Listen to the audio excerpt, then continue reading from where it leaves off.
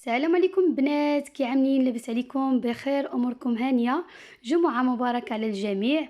اليوم ان شاء الله غادي نقدم لكم سكسو بالطريقه ديالي.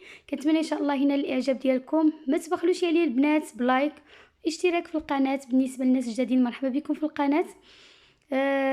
وشي تعليق البنات، ما تنساونيش من التعاليق ديالكم الزوينين، تبارك الله عليكم. وغادي نبداو على بركه الله بالمقادير وفي نفس الوقت بطريقه التحضير. عندي هنايا البنات عملت البصله والدجاج الكميه اللي بغيتو نتوما. عملت كذلك الحمص. كنعمل البنات هنايا عندي مطيشه محكوكه، زوج مطيشات محكوكين. وكذلك كنضيف الجزر، قطعته بشكل طولي كما كتشوفوا البنات.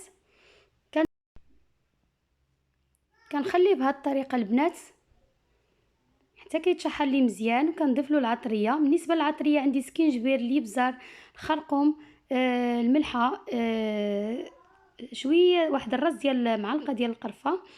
وعندي هنايا كذلك العطريه ديال الدجاج. كنضيف هاد العطريه كامله البنات. دائما انا قلت لكم خليو العافيه مهيله باش ما كتحرق لكمش العطريه.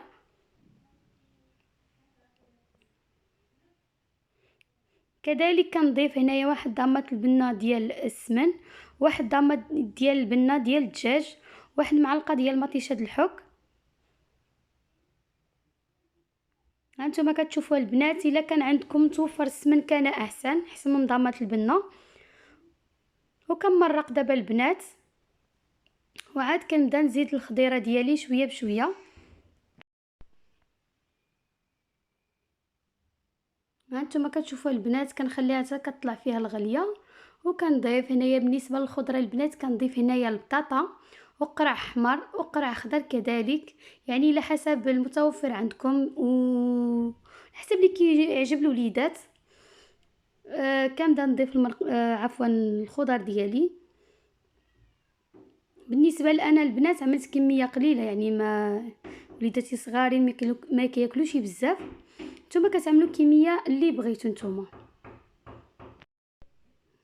هانتوما كتشوفوا البنات كنزيد كرومب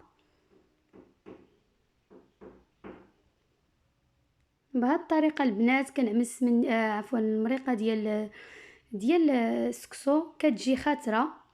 بالنسبه للربيع وشويه ديال القزبر وشويه ديال المعدنوس كنربطهم وكنخليهم بهذه الطريقه، وكنخلي المرقه ديالي طيب.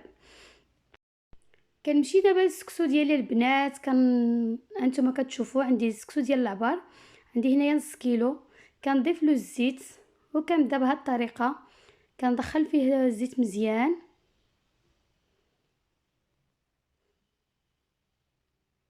اسهل حاجه البنات هو هيدا. ودابا غادي نضيف له شويه ديال الماء، كنبدا نرش عليه الماء شويه بشويه. هانتوما كتشوفوا البنات وكنخلطوا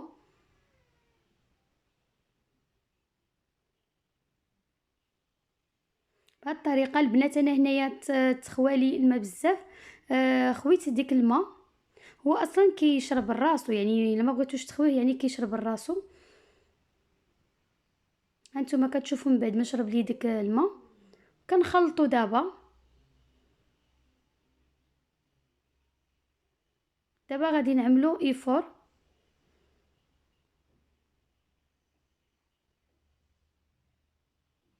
هانتوما كتشوفوا البنات بهذه الطريقه هذه.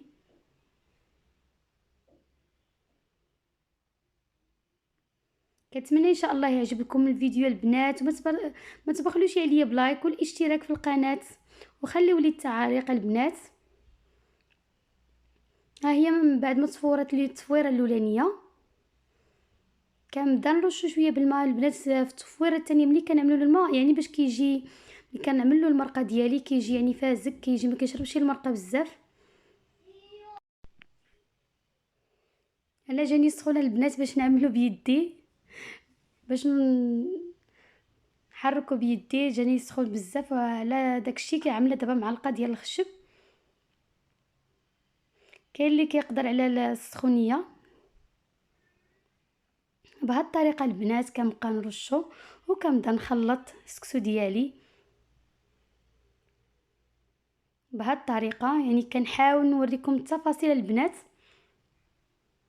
ما تنساوش تبارطاجيو الفيديو مع الاهل والاحباب. هانتوما كتشوفوا البنات رجعتوا التصفيره الثانيه. بالنسبه للبنات اللي ما غاديش يحطوه دابا، مثلا انا ديريكت يعني حطيته، يمكن لكم تعاودوا التصفيره الثالثه، يعني بحال اللي كيسخن وصافي، ماشي ضروري يعني تعاودوا الثالثه. هانتوما كتشوفوا البنات انا كنسقي هنايا في الطبسيل بهذه الطريقه. كنخوي المرقه هي الاولى، وعاد كنبدا نحط الخضيره ديالي شويه بشويه.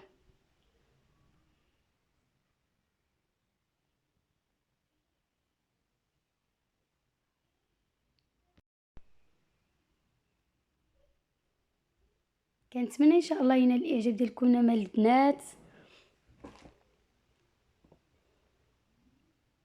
كنستف الخضيره ديالي بهذه الطريقه. وبصحتكم وجمعه مباركه البنات.